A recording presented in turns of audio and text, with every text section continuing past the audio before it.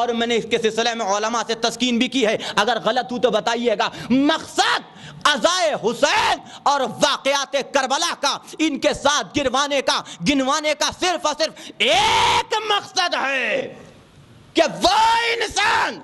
حسین کی اس 2 رکعت نماز کہ جو تیروں کی بارش میں پڑھی گئی، اس کی عظمت کو وہ انسان سمجھ ہی نہیں سکتا کہ جو بے نمازی ہو، جو نماز نہ پڑھتا ہو۔ حسین اور اصحاب حسین کے 3 دن کی بھوک و پیاس کی شدت کو وہ سمجھ ہی نہیں سکتا کہ جو روزہ نہ رکھتا ہو۔ غور کریں حضرات، حسین کی کربلا کے میدان میں بار بار جا کے اپنے چاہنے والوں کی لاش اٹھا کے گنج شہیدہ تک لانے کی سعی کو وہ سمجھ ہی نہیں سکتا کہ جو واجب ہونے کے باوجود اب تک حج میں نہ گیا ہو۔ حسین کا پورے گھر کو ایک دوپہر میں اللہ کی راہ میں لٹا دینے کے مرتبے کو وہ سمجھ ہی نہیں سکتا کہ جو انفاق نہ کرتا ہو۔ حسین کا جماعت کے لیے اہتمام کرنا، اس کی منزلت کو وہ درک ہی نہیں کر سکتا کہ جس نے کبھی جماعت میں شرکت نہ کی ہو۔ تلاوت قرآن وہ بھی 9 کے نیزہ پہ، وہ بھی 9 کے نیزہ پہ وہ نہیں سمجھ سکتا کہ جس نے کبھی قرآن کو اٹھا کے نہ دیکھا ہو۔ یہ مقصد تھا اللہ کا ان چیزوں کے ساتھ گنوانے کا۔ بہتر سے بہتر دیکھنا چاہتے ہیں ہمیں اہل بیت۔ غور کریں حضرات، امام نے آواز دی ہمارے اور آپ کے آخری امام نے کہ ہمیں ایسے ہی اصحاب چاہیے۔ امام رضا علیہ الصلاۃ والسلام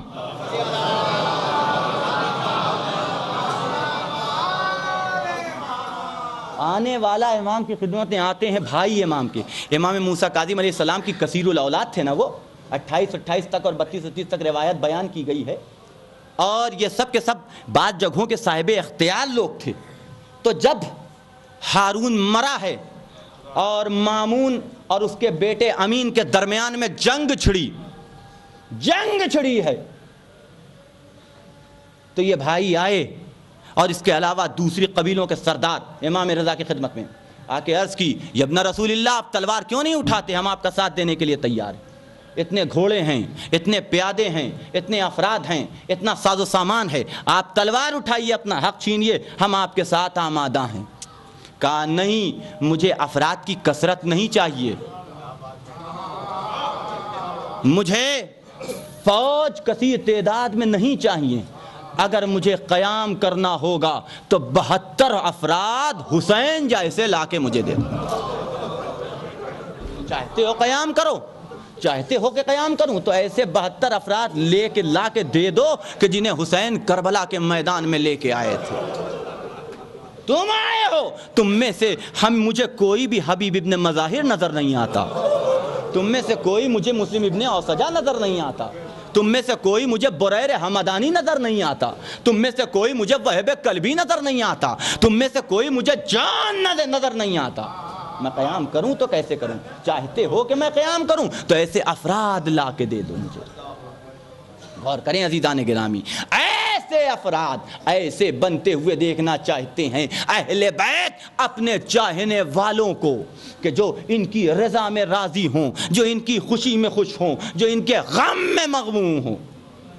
اللہ کا عطیہ ہے، اس کا رحم و کرم ہے کہ ایسے خانوادے میں ہمیں پیدا کیا کہ ہم حسین کے چاہنے والے، اہل بیت کے چاہنے والے ہیں،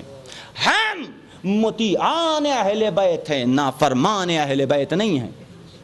ایسے ماں باپ کے گھر میں ہمیں پیدا کیا، اب ضرورت اس بات کی ہے کہ اسے اور جلا دی جائے اور اچھے طریقے سے باقی رکھا جائے۔ کربلا کا میدان ہے، بس عزیزان گرامی آج 4 محرم ہے اور اب صرف 6 دن رہ گئے ہیں ہمارے مہمان کو ہمارے عزا خانوں میں مہمان کے عنوان سے رہنے میں۔ 6 دن کے بعد یہ مہمان ہمارے عزاخانوں سے رخصت ہو جائے گا۔ غم بے شک ہمارے سینوں میں ہمیشہ باقی رہے گا، یہ غم تو کبھی جانے والا نہیں ہے کہ رسول کہہ چکے ہیں کہ قتل حسین سے مومن کے دل میں ایک ایسی حرارت پیدا ہونے والی ہے کہ تو قیامت کبھی بھی یہ حرارت ٹھنڈی نہیں پڑنے والی، ایک آگ روشن ہونے والی ہے کہ جو کبھی بجھنے والی نہیں ہے۔ لیکن ہمارا مہمان ہمارے عزاخانوں سے چلا جائے گا، وہ بیوی ہمارے عزاخانوں سے چلی جائے گی کہ جو ہر فرش عزا پہ آتی ہے اور اس بات کی منتظر رہتی ہے کہ کب میرے لال کا نام ذاکر کی زبان پہ آئے اور اس کے چاہنے والوں کی آنکھوں سے آنسو جاری ہو اور میں اسے اپنے رومال میں جگا دوں۔ بس عزیزان گرامی، 2-4 جملے مصائب کے اور آپ کی زحمت تمام۔ کربلا کا بند، شب عاشور، مجھے آج مصائب پڑھنا ہے۔ ثانیہ زہرا، زینب کبریٰ کے 2 نونہالوں کا، عبداللہ کی 2 نشانیوں کا کہ جو کربلا میں لائے ہی گئے تھے اسی لیے کہ ایک کو زینب کی طرف سے قربانی دینی تھی، ایک کو عبداللہ کی طرف سے حسین کے اوپر قربان ہونا تھا، لائے گئے تھے اسی لیے۔ شب عاشور آئی تو تاریخ نے لکھا کہ ہر خیمہ ایسا تھا کہ جو اللہ کی راز و ریاض میں، اللہ سے دعا میں ہر صحابی مشغول۔ بیویوں کے خیمے کا بھی یہی حال تھا، جن کی گودیاں بھری ہوئی تھی وہ اپنے اپنے لاڈلوں کو اپنے پاس بٹھا کے یہ سمجھا رہی تھی، اے میرے لخت جگر، کل کربلا کا بازار گرم ہوگا، کل وہ دن ہے کہ جب تمہیں حسین پہ جان نثار کرنی ہے، اے میرے لال کلام رسول کے سامنے، فاطمہ زہرا کے سامنے سرخرو کر دینا۔ زینب کے خیمے کا بھی یہی حال، اور محمد کو بیٹھا کے سمجھا، اے میرے لال جانتے ہو نا کہ تمہیں تمہارے باپ نے کس لیے بھیجا ہے، اے میرے لال کل ماموں پہ بہت بڑا دن پڑنے والا ہے کہ جب اشقیاء تمہارے ماموں کو قتل کرنے کی کوشش کریں گے، اے میرے لخت جگر تمہیں ہماری طرف سے جام شہادت پیش کرنی ہے، اے میرے لال کربلا کے میدان میں جانا تو شہید ہونا، تمہارا لاشا اٹھا کے لایا جائے، اسی طریقے سے واپس نہ آنا۔ سمجھا رہی ہیں کل وہ جوش وغا دلانا، تم شاگرد ہو عباس کے، تمہیں عباس نے تربیت دی ہے، کل وہ دن ہے کہ تمہیں استاد کی اجرت عطا کرنی ہے، اس کی محنتوں کو دنیا کے سامنے پیش کرنا ہے، یہ دکھانا ہے کہ عباس نے کس طریقے سے تمہاری تربیت کی، کس طریقے سے تمہیں رزم جنگ سکھایا ہے، فن رزم سکھایا ہے، تمہیں یہ بیان کرنا ہے لوگوں کو۔ بیٹوں نے ہاتھوں کو جوڑ کے آواز دی، اے مادر گرامی بس کل کا دن ہونے دیجئے، اتنی مہربانی کیجئے گا کہ ہمیں یقین ہے کہ مولا حسین ہمیں اجازت نہیں دیں گے، کل کا جب بازار گرم ہو جنگ کا تو بس مولا سے مجھے مرنے کی اجازت دلوا دیجئے گا۔ زینب نے آواز دی کہ ہاں میں سفارش کروں گی۔ دوسرا دن آیا، اصحاب میدان میں جاتے رہے، جنگ کرتے رہے، ایک موقع وہ بھی آیا کہ سارے اصحاب جام شہادت نوش کر چکے، اب عزہ اور اقربا کی باری آئی، 2 ننھے شہزادے ہاتھوں کو جوڑے ہوئے آگے بڑھے، اے ماموں، اے میرے مولا حسین، اے میرے آقا حسین، اب مجھے مرنے کی اجازت دے دیجئے، مولا اب ہم بھی آپ کے اوپر اپنی جان نثار کرنا چاہتے ہیں۔ اٹھا کے حسین نے سینے سے لگایا، اے میرے لال، اے میرے لخت جگر، میں تمہیں مرنے کی اجازت دوں تو کیسے دوں، ارے تم اپنے بیمار باپ کی نشانی ہو۔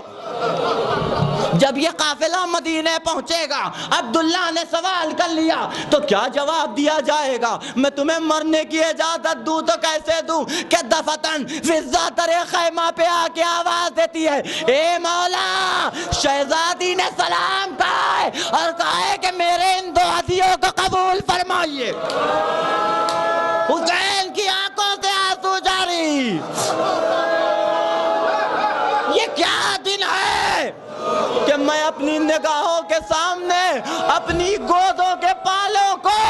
کربلا کی زمین میں خون میں غلطہ دیکھ رہا ہوں۔ اجازت ملی شہزادوں کو میدان کربلا میں آئے، ایک طرف سے عون دوسری طرف سے محمد نے حملہ کیا، آگے بڑھتے جاتے ہیں۔ اب عزیزوں محمد کی تعلیم جناب عباس و علی اکبر نے دی تھی، ایک طرف سے عباس ایک طرف سے علی اکبر، شاباش مرحبا محمد۔ اب سوچیں جسے عباس و علی اکبر جوش وقع دلا رہے ہوں اس کے سینے کا کیا عالم ہوگا، گرد بھر کا ہو گیا ہوگا۔ بچے بڑھ بڑھ کے حملہ کر رہے ہیں، جوش میں حملہ کر رہے ہیں۔ تاریخ نے لکھا کہ آن محمد حملہ کرتے کرتے عمر سعد کے خیمے تک پہنچ گئے، تنابیں کاٹ دی، مبارزے کے لیے بلایا، آ کے مجھ سے مبارزہ کر،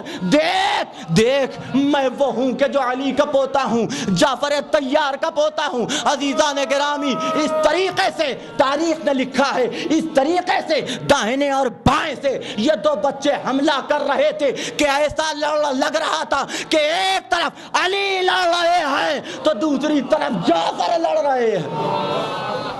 ایسا حملہ، لیکن عزیزو ایک ندا گونجی کہ ارے ان کو اس طریقے سے شہید نہیں کیا جا سکتا، یہ علی کے پوتے ہیں، یہ جعفر طیار کے پوتے، اگر انہیں مارنا ہے تو چاروں طرف سے گھیر کے ان پہ حملہ کرو۔ چاروں طرف سے گھیرا گیا، کوئی تلوار برسا رہا تھا، کوئی تیر برسا رہا تھا، لڑتے لڑتے ایک موقع وہ بھی آیا کہ دونوں شہزادے زمین پہ آئے، آواز دی اے ماموں مدد کو۔ حسین نے کرسی چھوڑی، زینب کے کانوں میں آواز پہنچی، ہاتھوں کو بلند کیا، ربنا تقبل منا انک انت السمیع العلیم۔